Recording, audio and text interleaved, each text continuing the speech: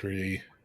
Hey everyone, Evan Kirstel. Happy Friday. We made it. Today I have one of my favorite followers on the line, not a typical tech chat, but Bob Lancia from the great state of Rhode Island. Bob, how are you?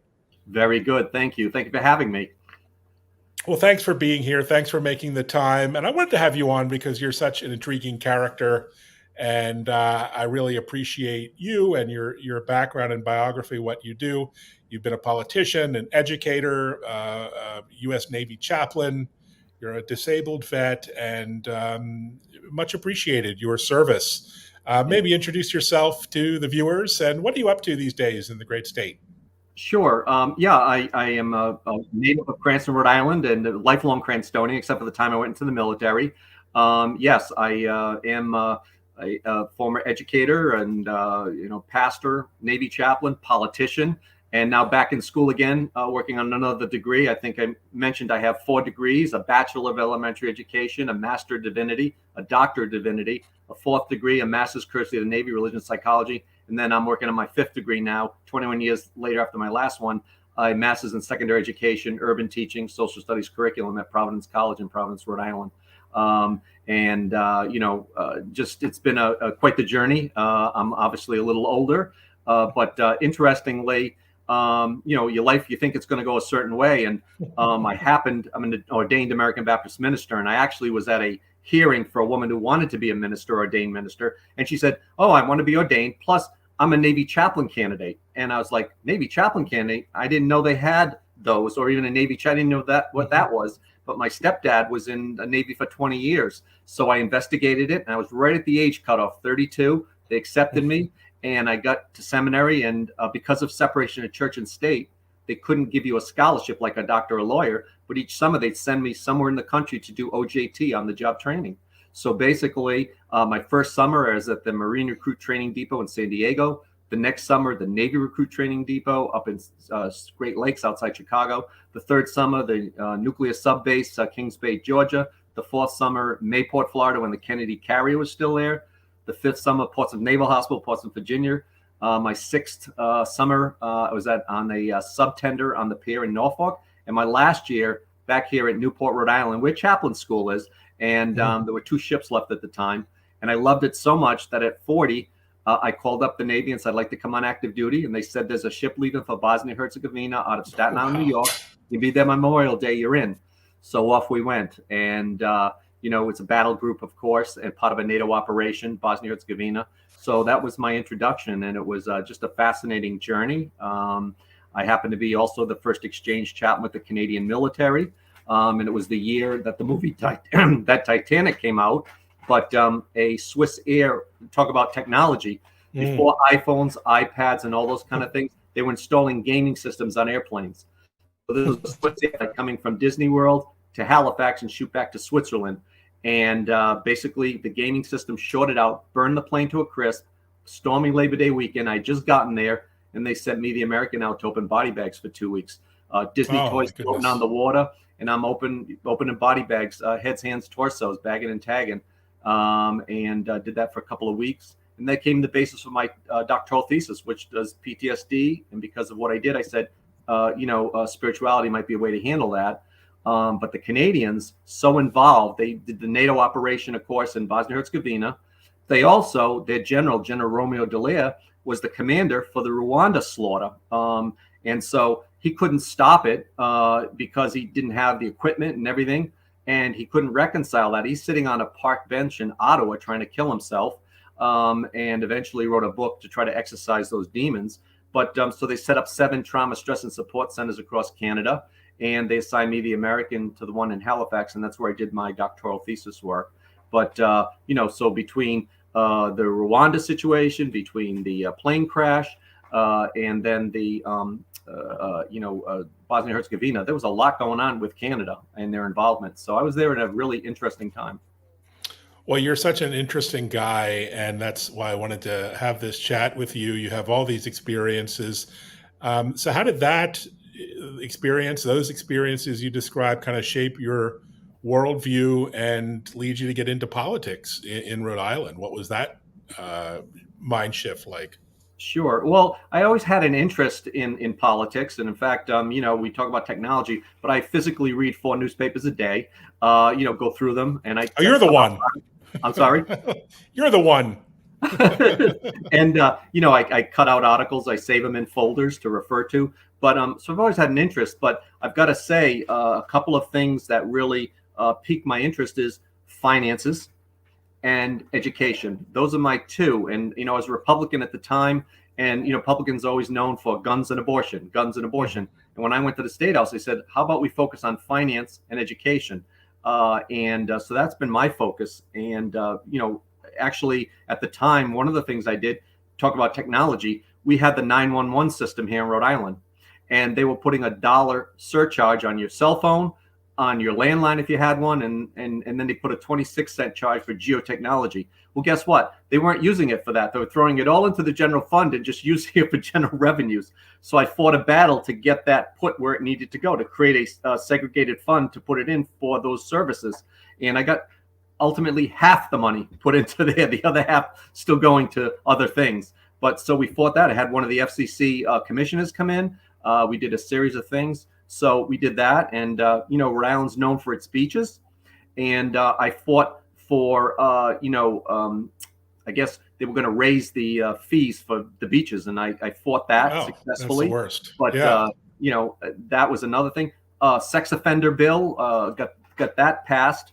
And I fought hard for also an inspector general to root out waste, fraud, and abuse in state government. We had several instances of our speakers of the House going to jail, and one of our finance chairs actually diverted over $600,000 that was supposed to go to his fake educational enterprise. And so there was a need for it. But of course, the Democrats have been in charge in Rhode Island for over 80 years. So Right. things are not going to go. Well, isn't that the message? I mean, I'm an independent, Well, I am now too. Yeah. but don't we need two robust parties? Isn't that our system based on this model? And I think you're a little bit old school. I think when it comes to politics, don't we need that balance in New Oh, England in particular? I would absolutely agree with you, and that's been the problem. Back when one of the chairs of the Republican Party was John Holmes, and he did the best job. But prior to that, and subsequently, we haven't done a very good job. And when I went into the House, I was the first Republican to be elected from my district in over 30 years, and was the first Republican to be reelected in over 30 years. Before I decided I was going to run for lieutenant governor, which I stepped back on. I stepped aside for a gentleman who had owned a business. He was a millionaire. So I stepped aside and ran for my seat a third time, which I did not win. And then in 2020, I ran for Congress, and we almost won. We almost won. I took on a 20-year incumbent. But I think today, we see all the things that are going on with our finances. I mean, we've got a country that's 30-something trillion dollars in debt and rising. Our educational system here in Rhode Island, we've got some challenges. We've got some real challenges, and so that's something I fought hard for in the legislature too, was educational opportunity. And it's not just about charter versus public. Again, you talk about tech.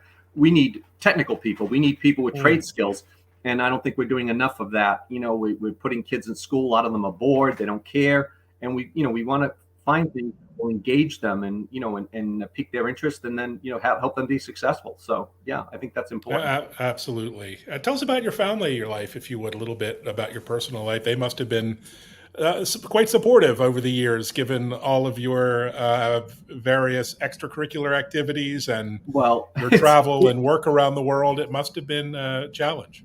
Well, it's so funny because I came from my grandmother was Evelyn Nelson. She was the matriarch of the family, and at one point when I was a little boy, prior, she decided the family was going to go to a respectable Baptist church. So 50 members of the Nelson family all go to this one church, and we didn't get involved other than attending and donating. But when I got old enough, I started to get involved in all the different clubs and teams and teaching, and but so I had a lot of that was my second home. And my family, certainly growing up, a lot of family outings and things like that. My mom died, unfortunately, at 63, cervical Mm. cancer. My stepdad died of lung cancer in his early 60s. So, My older brother was just 13 months older than me. He did 20 years in the Army. He went in at 26. He just died a few years ago of Oh, I'm cancer. sorry. So, talk about support. People are, and I'm a little older, but people have unfortunately died a little early, and our family had no history of any of that. My grandfather lived into his 90s, but we talk about the environment and so many things that are causing cancers today.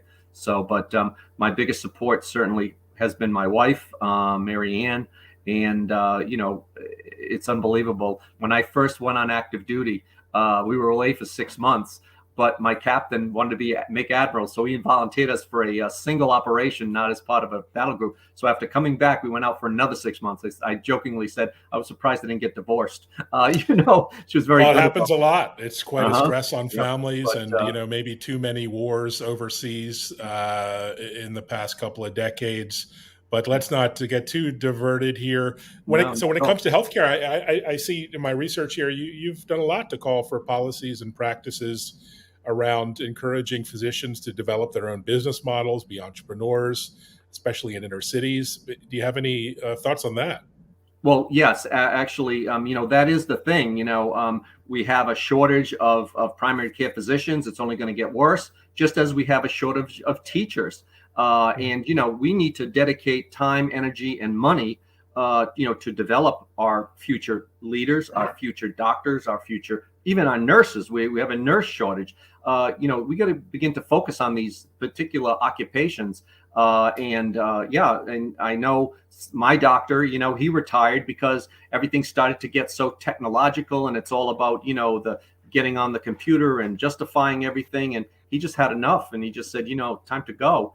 And we see a lot of that. So I think we need to, yes, allow different models where doctors can, run a business and can do it well. And we need to support them too. The insurance rates for doctors and nurses and things like that, they're outrageous. And so we need to have a support for them as well. And the other thing, the cost of school today, colleges, Mm. universities, even trade schools. We need to do more to support those folks that want to go into those professions and, take care of those the loans that they take out, if they give certain amount of service or whatever back to the community, especially if they work in the inner city, or, do something governmental, military. So I think we need to do those kind of things. Absolutely. Yeah, absolutely. Well, as a naval veteran, you must see that we're having trouble getting young people to go into the Navy and other services for a variety of reasons, Yes. including health and wellness, be able to meet the physical requirements. That must be, difficult to see, and as the Navy is as crucial as ever to sort of our place in the world. Well, it really is, and I was part of the when I was in the Navy. We had built a 600 ship Navy. That was Reagan's view of it, and now we've been downsizing. And China, of course, is just developing their military, especially their Navy. And over in Asia, they stood up the Quad: Australia, Japan, India, and the United States to try to push back on that. But we definitely need to be doing that because it's a scary world, and we see what's going on in a lot of these countries, Ukraine, especially right now, but Afghanistan, what they're doing to women now that we've left there. There's so much, the poverty and also droughts and hunger. There's so much out there across the world, and we need to be, partnering up Yeah. and do a better job. Yeah, Absolutely. the services do so much good, including the Navy, beyond the defense role. I That's mean, as right. you saw personally firsthand in Bosnia Herzegovina, That's right. people have forgotten the tragedy that was that civil war. Oh, it's Uh, incredible. yeah. So tell us. I also see here in my little research, you're a basketball fanatic. You've done leagues and clinics. So do you still play personally, or are you more the I coaching role did. these days? I did up until I just had this knee done. But yeah, Okay. I was a star guard in my church basketball Oh, no league, kidding. and then I went to college and found out I wasn't as good as I thought I was. But did coaching, at church league and things like that, and some of the local leagues. But enjoy it, and played a little tennis too. But I became a marathoner actually at Oh, age wow. 32 when I went into the Navy. You got to stay in shape, and I'd go to Hmm. a club early in the morning, work out because you had to be to the base by 7:30, and wanted to make sure I could keep up, especially with the Marines at Camp Lejeune, North Carolina. Sometimes we're running in boots and utilities, and want to run to the front, run to the back, and always help the stragglers. But always got to look the part, and so I enjoyed doing that. But here locally, we just had a gentleman today, and I guess he's got a number of businesses. He's a billionaire, and we lost our professional AAA team, the Pawtucket Red Sox, to Massachusetts. Now they're the Worcester Red Sox. Yes, And right. he's come in now last minute, and he says, I've got $1 billion. I'm a billionaire, and I want to buy the stadium, which is scheduled to become a school, and bring a baseball team in. So that's all a buzz now today on the radio. Wow. But we also had a soccer team. We were going to have a professional soccer team, and with all the changes in the rates and everything else, they can't get the city of Pawtucket doesn't want to pull a trigger on a $27 million loan to help finish a project. So they're moving away from that project. So we had a professional soccer team that's on hold. Now they're looking at baseball again, the stuff that goes on. But it's interesting that the owner for the soccer team, of the baseball team, he says, I'll do it, but I just don't want government involvement. Just leave the government out of it. I don't have to deal with politicians. So it's too funny. Well, speaking of politicians, do you have aspirations to get back into politics? Are there any roles you're looking at running for? Yes, I actually do. I was actually looking at possibly running for the United States Senate in 2024, but as an independent. And we have a history here in New England. Bernie Sanders, Angus King up in Maine, and even Kristen Sinema. Kristen Sinema out in Arizona. She's become an independent. She's going to, run against a Democrat and a Republican, a former Democrat. So, but one thing I heard a gentleman yesterday on the radio, he's one of our local state reps. He won as an independent. One of our third largest city, Warwick, Rhode Island. The mayor is an independent. But the gentleman yesterday, he was talking about the fact that, everybody that he knows that runs for office now is a millionaire. And if you're not rich, you're not going to run for office, and you're not going to get into office. And we have 35 candidates for a special election coming up for a first congressional district here. One gentleman, I guess, day before yesterday, put $600,000 of his own money into an account, for his run. So, I mean, money does make a difference. And I certainly would love to see public financing of campaigns. I think that would be important. So the average person, there's supposed to be a citizen legislature, right? You do a few years and then you leave. But what it's become now is it's a profession, a lifetime profession. Some politicians have never held a real job in their life. No, it's amazing. And we don't have the truly best and brightest citizens No. running. So please run. You certainly have my support. So we're in the summer now. We finally get some heat going on here in New England. Mm-hmm. This is our time to shine. The summertime, we really enjoy it. What are you looking forward to this summer? Well, in general, the first thing is I took half the summer session off because I'm starting my second year of school. I'll graduate in May, but I had my knee done, and the second half of the summer I'm taking a couple of classes, and I also hope to do a little traveling. Usually my wife and I'll go down into the Miami Beach area because she loves the warm water, and it's like 86 degrees in the summertime on Miami Beach. So hopefully we'll get a chance to do that. Wonderful. Yeah. Yep. And she's got a brother who's actually a veteran of the Province Police Department here in Rhode Island, and also a Marine, and he's up in Maine. And so we're hopefully going to visit him. He's had some health issues, so he's up in South Paris, Maine. We hope to see him this summer. So a couple of trips. All right. Really nice. We'll enjoy. Last week, fabulous. Of course, the Prime Minister Modi came in from India, and we actually got invited to go to Washington, and I wish I was able to do that because we would possibly have the opportunity to meet him and some of the other folks. But that's so important. India and the United States partnering up for technology and so many different things, and China has such a stranglehold. They want to become the premier chip maker again, and they I guess they're holding all the nickel. That's such an important thing, and there was an article a couple of weeks ago saying the United States is in a nickel pickle because they can't get the nickel they need for what they need to do. So, and I suggested before that India would be the perfect partner for the United States to replace China. I mean, we've got to really, I think, punish China for what they've done, and they're threatening Taiwan. I think we need a partner and be supporting a partner that will support us. And I think India is that partner. and China is somebody we have to be wary of.